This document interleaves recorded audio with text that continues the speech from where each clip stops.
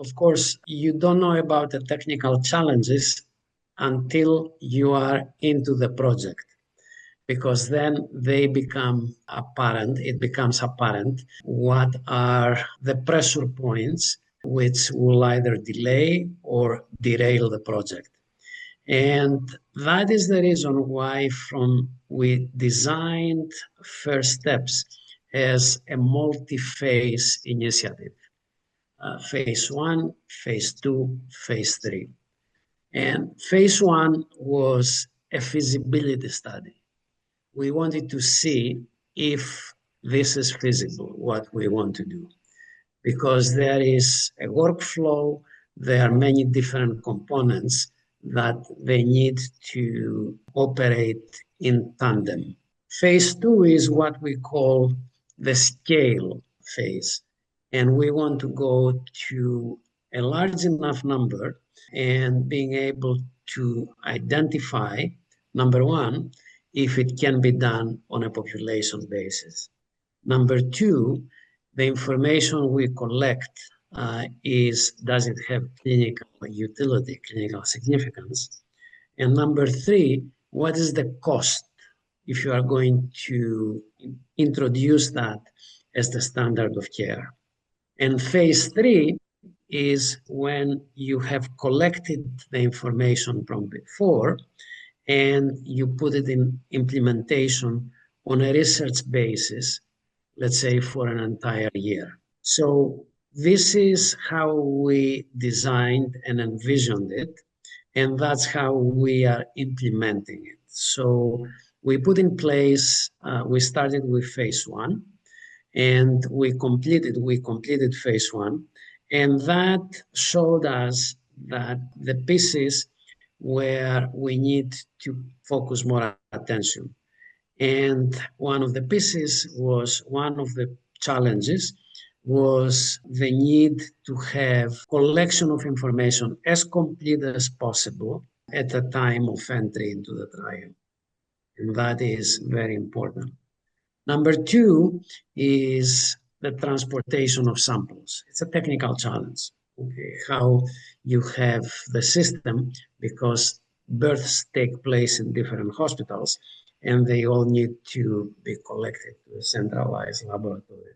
Okay. And number three is what type of laboratory information system you utilize. So these were three technical challenges. And if I want to repeat it, is number one is information that is collected. Did you miss any information? Number two, sample transportation. And number three, recording of information in the form of a laboratory information system. Okay. So these were the three challenges that we faced, which we are addressing in phase 2, which is the study where we go from 500 samples to 15,000 samples.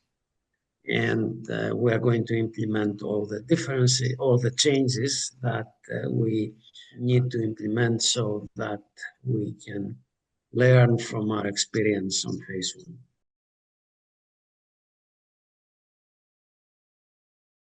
Population screening needs to have a purpose, and the purpose is to identify children who have a treatable disease, a disease that can be treated.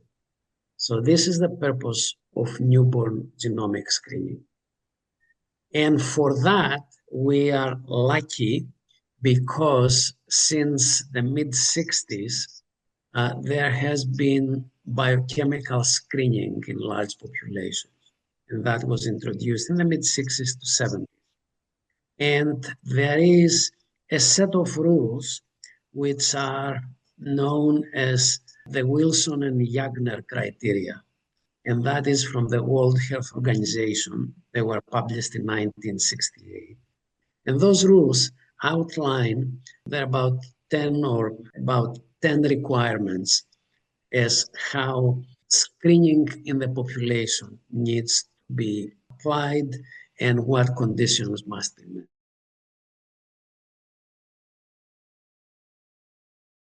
What it becomes very clear is that in order to, the amount of information that potentially is collected by doing genomic screening is by several orders of magnitude higher than what was collected in the existing biochemical screening.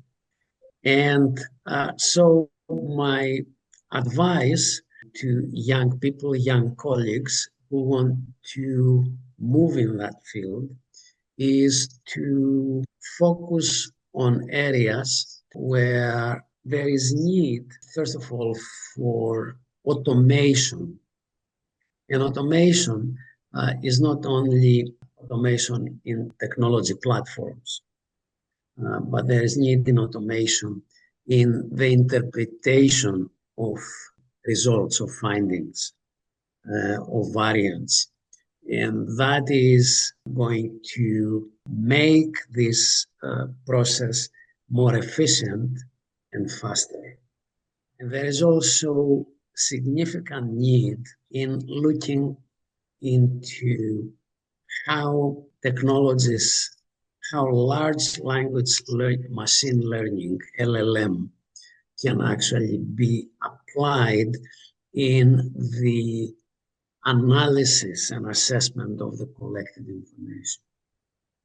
So if I could recapitulate, I think we need for newborn genomic screening to become widespread or used after we collect the basic information about its clinical utility.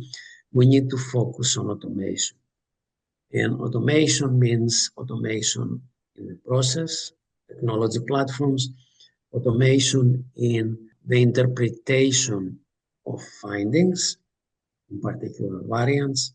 And number three, exploration as to whether LLM models can be used in clinical findings, how this could be used to be able to assist non-specialists, non-geneticists in assessing a particular finding.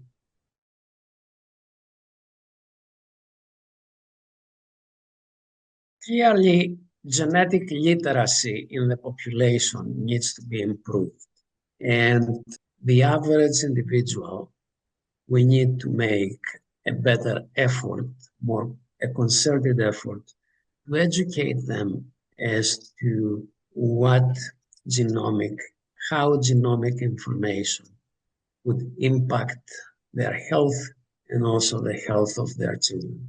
And so the number one priority is to educate the general public on the opportunities, but at the same time, the potential pitfalls of widespread genetic screening.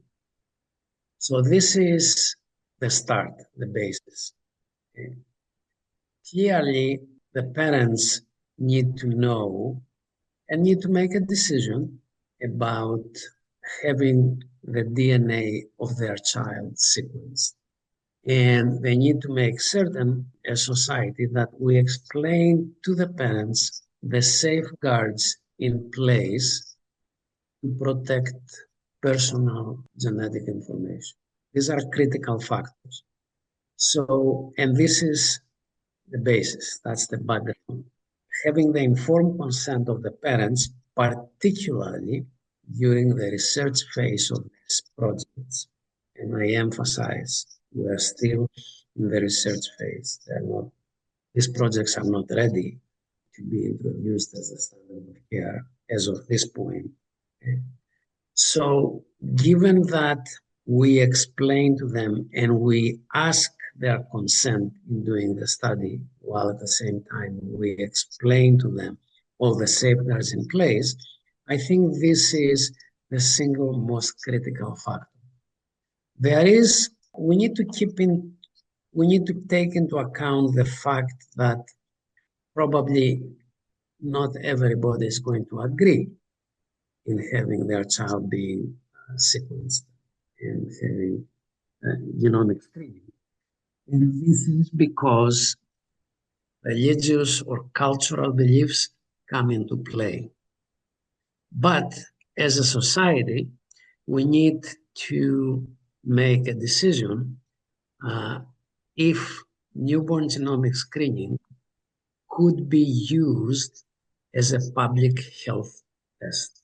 So if it is robust enough to be used as a public health test, then the society needs to make a decision as to how this is going to be applied in a particular population. They need informed consent, or they need an opt-out. In other words, you inform them and they can say, no, I don't want to be done. But there are different permutations of how this could be done.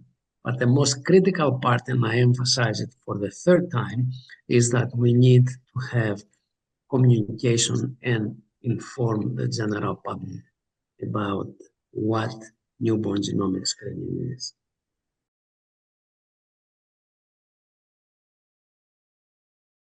Yeah, the innovations that we need is to be able to automate the results generation.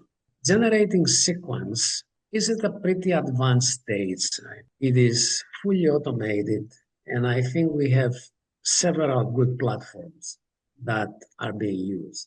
The bottleneck is how you analyze and interpret the information. And frequently, in order to interpret the information, you need to know the specific changes or mutations that cause disease in a particular population. And I think the next critical step in that direction is to develop technology which will allow data federation. In other words, have protected access of information from different populations, which will allow, ultimately, will make it easier to interpret changes in the data.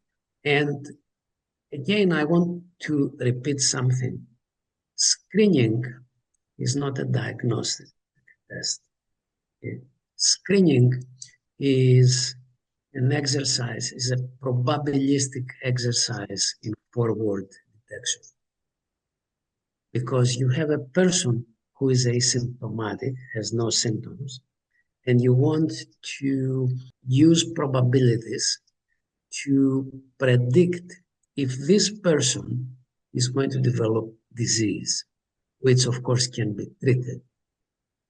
So I think in my opinion, what needs to happen in the next 5 years is, number one, to develop robust systems for data federation so that data sets from different populations can be accessed in a secured way and see the extent of genetic variation in different populations. So that's number one.